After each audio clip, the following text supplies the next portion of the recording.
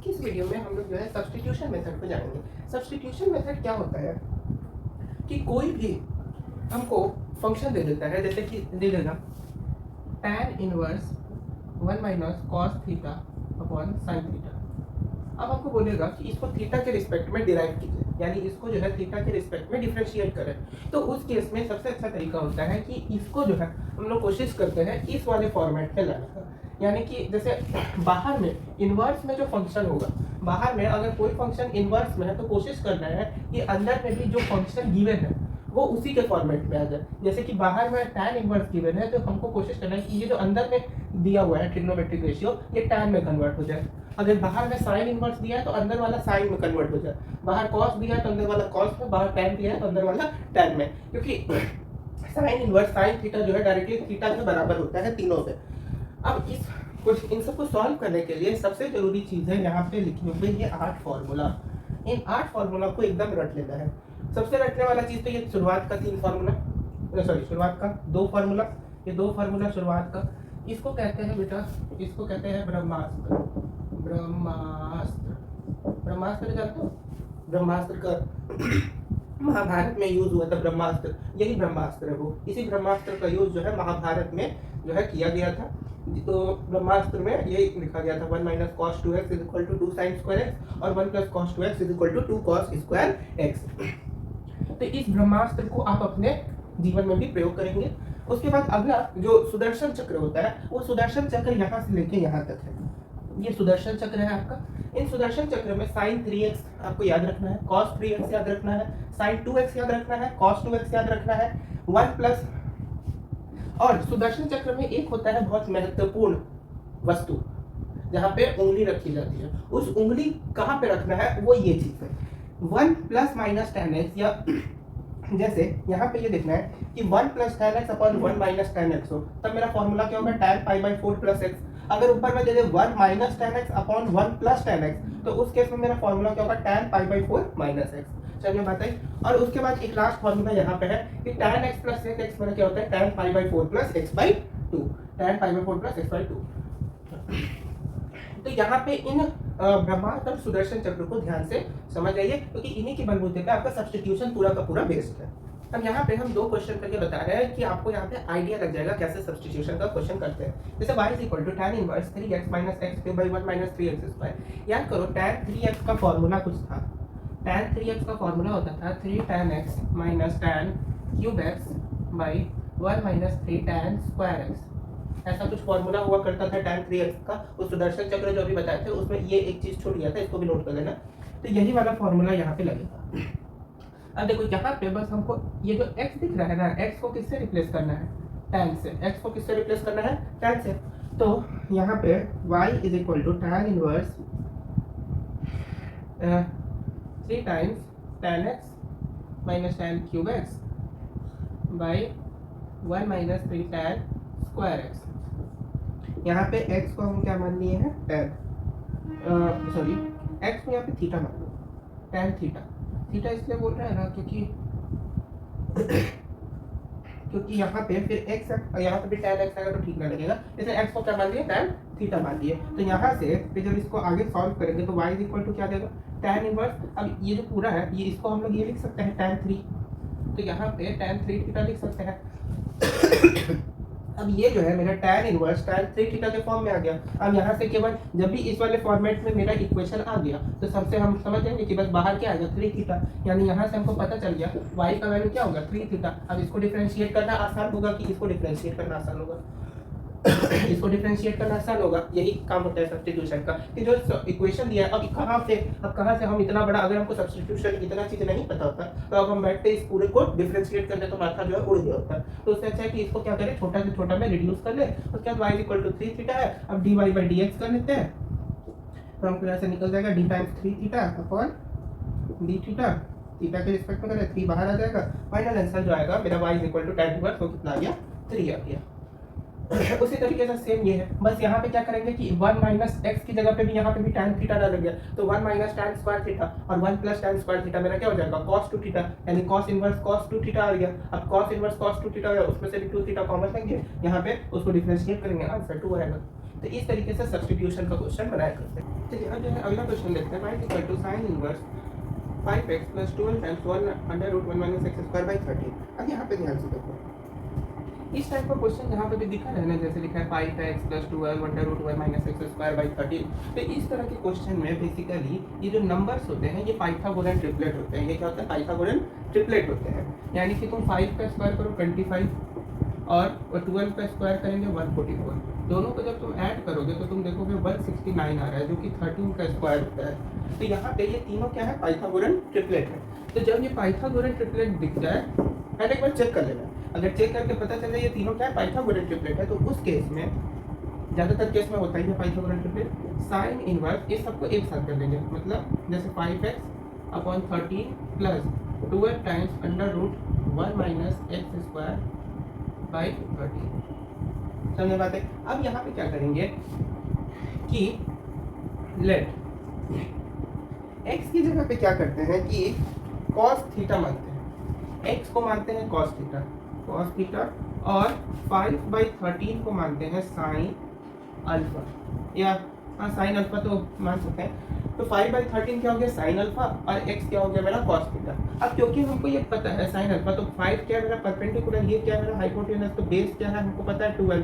तो यहाँ से अगर हम cos अल्फा निकालना चाहें तो cos अल्फा मेरा निकल जाएगा बेस अपॉन हाइपोटेनस, तो बेस क्या है? 12/13, ये मेरा cos अल्फा निकल गया। और अगर x का वैल्यू cos थीटा इस इक्वेशन में पुट करें तो under root 1 minus x square, तो under root 1 minus cos square theta, तो क्या आ जाएगा मेरा? साइन थीटा आ गया। तो अब हमको क्या करना है? ध्यान से देखिए, under root 1 minus x square की जगह पे क्या पुट करना है? साइन थीटा, और कॉस अल्फा की जगह पे क्या पुट कर देना है? 12, मतलब 12/13 की जगह पे पुट करना है कॉस अल्फा। तो यहाँ से जब इस इक्वेशन को करेंगे तो यहाँ पे आ जाएगा y equal to sine inverse, अब देखें 5/13 है, तो 5/13 की जगह पे क्या पुट करना है? साइन अल्फा डालें इंटू एक्स है, एक्स की जगह पे क्या डालेंगे? कॉस थीटा प्लस 12/13 जो है उसकी जगह पे डालना है कॉस अल्फा। उसके बाद under root 1 minus x square की जगह पे क्या डालना है? Sine theta. अब यहाँ पे ये टर्म को अगर ध्यान से देखो तो साइन अल्फा प्लस बीटा के फॉर्म में आ रहा है, तो y equal to sine inverse sine alpha plus theta के फॉर्म में आ गया। अब साइन अल्फा प्लस थीटा के फॉर्म में आ गया। अब वो वाला formula y equal to sine inverse sine theta, तो इस केस में क्या हो जाता है कि थीटा जो है बाहर आ जाता है।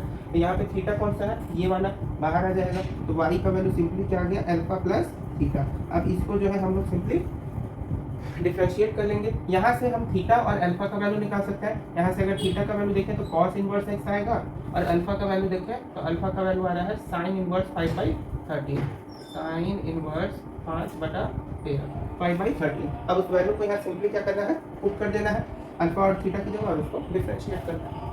तो जब भी पाइथागोरन ट्रिपलेट वाला केस है तो उसमें इतना कार्यक्रम करना है।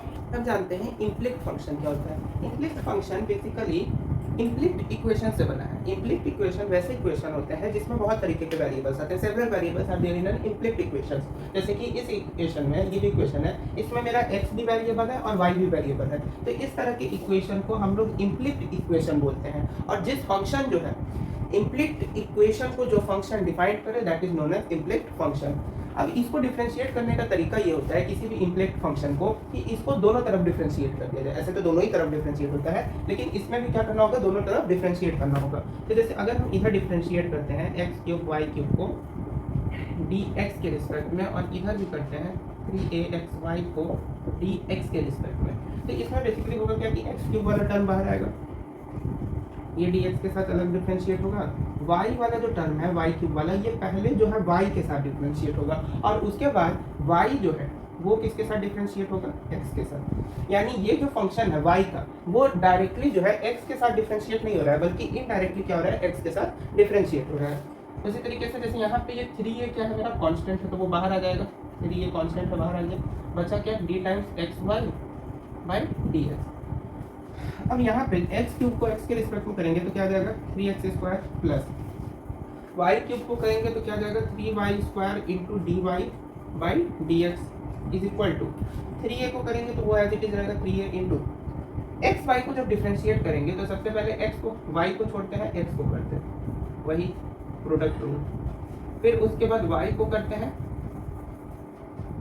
x को छोड़ते हैं, तो यहाँ से फाइनली जो मेरा रिजल्ट आ रहा है वो आ रहा है 3x² plus 3y² into dy by dx is equal to 3a into y 3ay dx upon dx का डिफ्रेंसिएशन 1 हो जाएगा, dy by dx into x times dy by dx। अब यहाँ पे ध्यान से देखें, अब इसमें करना क्या होगा कि जितना भी dy बाई dx वाला टर्म है उसको एक तरफ करेंगे और बाकी जो टर्म सब है उन सब टर्म को दूसरी तरफ करेंगे। तो यहाँ पे मेरा dy बाई dx वाला टर्म जो है इस टर्म को इधर ले आते हैं, 3y² minus x times dy by dx, एक साथ बाहर ही ले लिया उसको, ठीक है, और 3ay माइनस 3x²।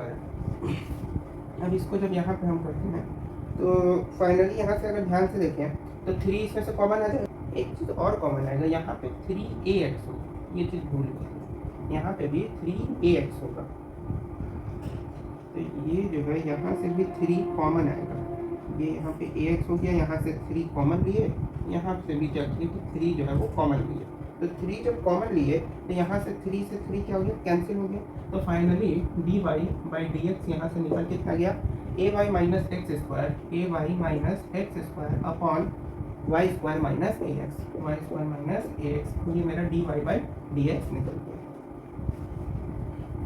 तो इस तरीके से कोई भी इम्प्लिक फंक्शंस के क्वेश्चंस को सॉल्व किया जाए। अब जानते हैं इनफाइनाइट सीरीज को। इनफाइनाइट सीरीज क्या होता है? इनफाइनाइट सीरीज ऐसा एक सीरीज होता है जिसमें कोई भी इक्वेशन क्या होता है, हमेशा के लिए कंटिन्यूटी ऐसे चलता रहता है। जैसे y is equal to under root sine x plus under root sine x plus under root sine x plus under root sine x plus under root sine x, ऐसे करते करते अकॉर्डिंग टू चलता रहता है। तो इस तरह के क्वेश्चन को सॉल्व करने का तरीका क्या होता है? इसमें क्या करेंगे, सबसे पहले इक्वेशन को थोड़ा सा सॉल्व करना होगा। अगर ध्यान से देखें तो यहाँ पे क्या है, अंडर रूट साइन एक्स, उसके बाद फिर क्या आ रहा है, अंडर रूट साइन एक्स, फिर क्या आ रहा है, अंडर रूट साइन एक्स। अगर y का हम वैल्यू देखें तो y का एक्चुअल वैल्यू क्या है, अंडर रूट साइन एक्स, यही y का वैल्यू हुआ, और फिर वही वैल्यू क्या हो रहा है, रिपीट होता जा रहा है। तो इस इक्वेशन को हम लोग ऐसे नहीं लिख सकते y is equal to under root sine x plus y. अचानक से सोचोगे इतना बड़ा से इतना छोटा कैसे हुआ, इतना छोटा नहीं हुआ, ये y का जो वैल्यू है वो कितना है, बस अंडर रूट साइन एक्स, और यही वैल्यू जो है y का कंटिन्यू होता जा रहा है। तो उसके बाद का जितना वैल्यू है उसको हम क्या मान लिया, y मान लिए, हो गया। अब इसके बाद क्या करते हैं कि दोनों तरफ स्क्वायर करते हैं, क्योंकि हमको रूट जो है इतना पसंद नहीं करता है। तो दोनों तरफ जब स्क्वायर कर देंगे तो स्क्वायर से ये रूट खत्म, यहाँ पे क्या आ जाएगा, y² is equal to sine x plus y, यही आ जाएगा। अब इसको डिफ्रेंशिएट करेंगे, डायरेक्टली कर देंगे, इसको dy के रिस्पेक्ट में करना होगा, इनटू dy को अगेन dx के रिस्पेक्ट में डिफरेंशिएट, sin x को करना होगा, sin x को dx के रिस्पेक्ट में, और प्लस dy बाई dx, यही होगा, अच्छी बात है। अब यहाँ पे y² का अगर y के रिस्पेक्ट में करें तो क्या आ जाएगा, 2y into dy by dx is equal to cos x plus dy by dx। अब इस dy बाई dx को अगर इधर लें तो मेरा फाइनली कॉमन क्या आ जाएगा, 2y minus 1 into dy by dx is equal to cos x, यही आएगा। अब dy बाई dx यहाँ से फाइनली क्या आ जाएगा, dy by dx cos x इधर मल्टीप्लाई में उधर जाएगा डिवाइड, 2y माइनस 1, ये मेरा क्या आ जाएगा, dy बाई dx। तो इस तरीके से कोई भी इनफाइनाइट सीरीज हो, जैसे कि यहाँ पे दे सकता है y is equal to a पे पावर x, a पे उस पे पावर x, उस पे पावर x, ऐसे कंटिन्यू चलता जाएगा। या बहुत तरह के क्वेश्चन होते हैं, तो उन सब में यही काम करना है, क्योंकि इसमें क्या हो रहा है कि फंक्शन जो है वो लगातार कंटिन्यू हो रहा है। तो जो फंक्शन वो जिस वेरिएबल के साथ वो फंक्शन गिवन है उसी वेरिएबल को वहाँ पे लिख दो। जैसे इस फंक्शन में y के अंडर रूट साइन एक्स है, हमको पता है क्योंकि ये अंडर रूट साइन एक्स क्या हो रहा है, कंटिन्यू होता जा रहा है, और y का वैल्यू क्या है, अंडर रूट साइन एक्स, तो बस y क्या किया उसकी जगह पे पुट कर दिया, समझ में आता है। तो ये हो गया फाइनल रिजल्ट। अब जानते हैं पैरामेट्रिक फंक्शंस क्या होते हैं। पैरामेट्रिक फंक्शंस ऐसे फंक्शंस होते हैं जो कि एक दूसरे के रिस्पेक्ट में डिराइव होते हैं, लेकिन उनका पहले डेरिवेशन कहीं और, जैसे हम बताते हैं, जैसे f(x) है, ये कोई फंक्शन है, ठीक है। इस फंक्शन को हमको gx के रिस्पेक्ट में डिराइव करना है। यानी ये कोई फंक्शन है एफ एक्स, उसको क्या करना है हमको जी एक्स जो है एक फंक्शन है उसके रिस्पेक्ट में डेरिवेट करना है। प्रॉब्लम ये है कि ये जो फंक्शन है एफ एक्स, ये एक्स के रिस्पेक्ट में डेरिवेट है। ये किसके रिस्पेक्ट में डेरिवेट है? एफ के। और ये जो जी एक्स है ये भी एक्स के रिस्पेक्ट में डेरिवेट है। मतलब ये फंक्शन एक्स के रिस्पेक्ट में डेरिवेट है और ये भी फंक्शन इसके रिस्पेक्ट में डिफरेंशिएट है, लेकिन हमको जो है इन दोनों फंक्शन को एक साथ डिफरेंशिएट करना है। तो उस केस में क्या करेंगे आप क्वेश्चन से बताते हैं। जैसे अगर ध्यान से देखो तो हमको जो है ई एक्स को रूट एक्स के रिस्पेक्ट में डिफरेंशिएट करना है, लेकिन यहाँ पे ई पे ना ही पावर रूट एक्स है ना ही यहाँ पे रूट के अंदर पावर ई एक्स है। तो सबसे पहले हमको इन दोनों फंक्शन को, इन दोनों जो भी है इसको एक्स के रिस्पेक्ट में डिफरेंशिएट करना होगा और उसके बाद जो उनके रिजल्ट आएंगे उनको फिर क्या करेंगे एक दूसरे के साथ डिफरेंशिएट करेंगे। जैसे यहाँ पे ये जो ई पे पावर एक्स है इसको मान लेते हैं यू और रूट एक्स को मान लेते हैं वी। रूट एक्स को क्या मान लेते हैं वी। तो d u by d x अगर करें तो डी टाइम्स ई पे power x upon d x करना होगा। तो ये फाइनली मेरा रिजल्ट क्या देगा ई एक्स। उसी तरीके से ये मेरा यू, ये क्या है u. Similarly d v upon d x अगर करें तो वी क्या है अंडर रूट एक्स, इसको भी क्या करना होगा एक्स के रिस्पेक्ट में करेंगे तो 1/2 रूट एक्स आ जाएगा, 1/2 रूट एक्स आ जाएगा। अब यहाँ पे d u by d x हमको पता चल गया, d v by d x पता चल गया। हमको क्या चाहिए d u upon d we.